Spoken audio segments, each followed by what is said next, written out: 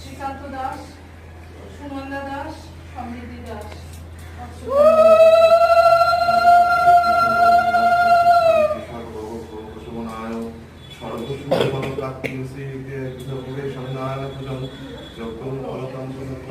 আপনারা কিন্তু আমার চ্যানেলটাকে সাবস্ক্রাইব করে দেবেন আর লাইক করে দেবেন।